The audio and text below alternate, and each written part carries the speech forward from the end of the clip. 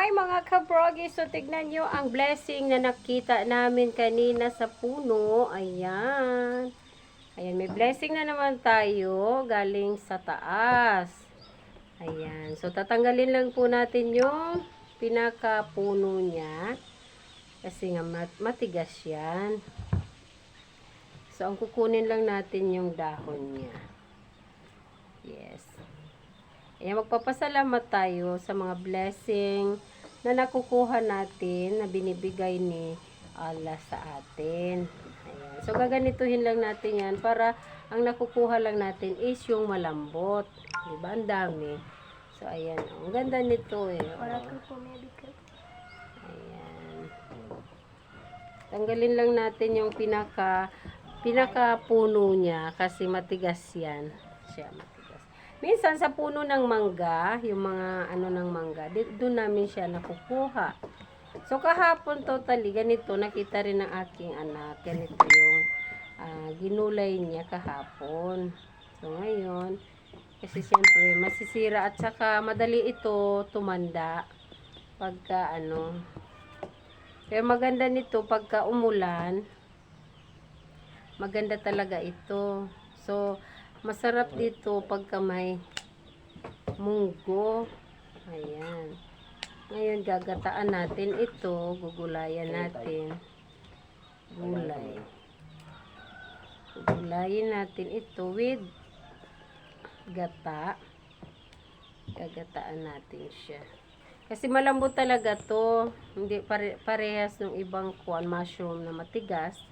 Or ano ang ano. Pero ito masarap siya, malambot. Ayan. So ngayon mag-prepare kami para sa tanghalian natin mga kabrogi. Ayan. So kasi nga malapit na ang pasukan. So, ito, kumakain din kayo ng mushroom na ganito.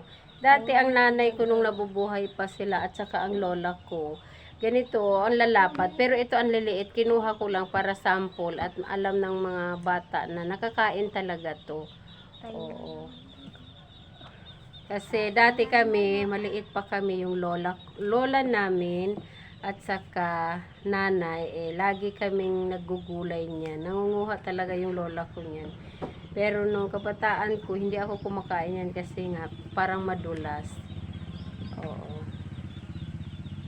Ayan siya. So, gaganituhin lang natin siya. Gugupitin. Tanggalin natin yung pinakamatigas. Ayan. Bye! Bye! Baheran! Itago ka na busaw, bye! Gali mo ka ginabugay. Sundi ka pa, tubod ako ka pa, nailay ka sa taluro pa.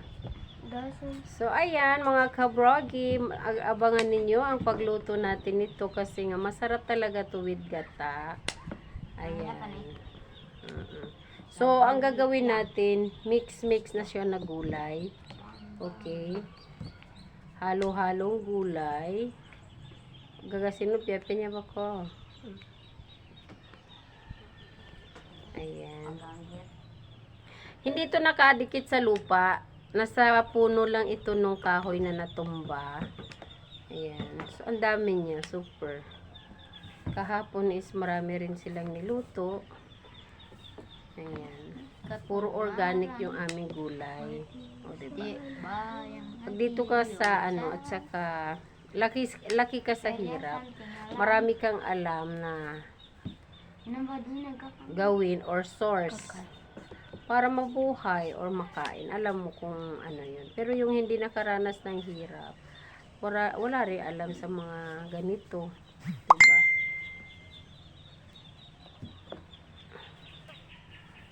Ayan siya. Dalami mo, may kuha ka matuwar. Lagasimban. So, ayan. Magandang, ano ito, magandang blessing. Kasi, ang aga-aga nakakita kami nito sa bakuran. Ayan o. Lambot pa. Manukong katong So, hindi ito naka ano kasi sa puno ng kahoy nakadikit. Nakita nyo naman yung pag ano ko. Thanks sa blessing na araw-araw na binigay mo sa amin. Ayan.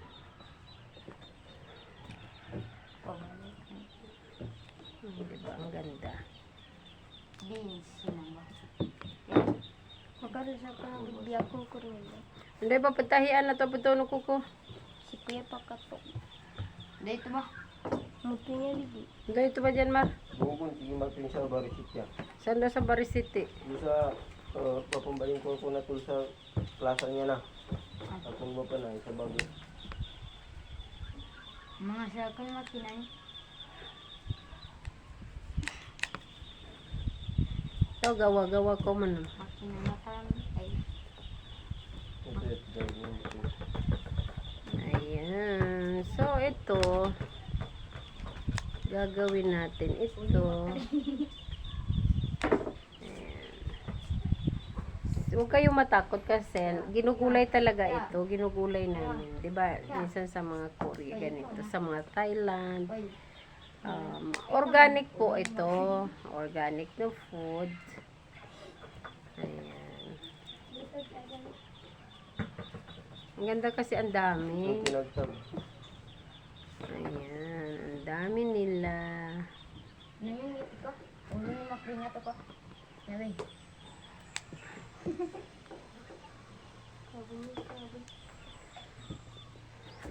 Pagdangir, ulo ni makringat.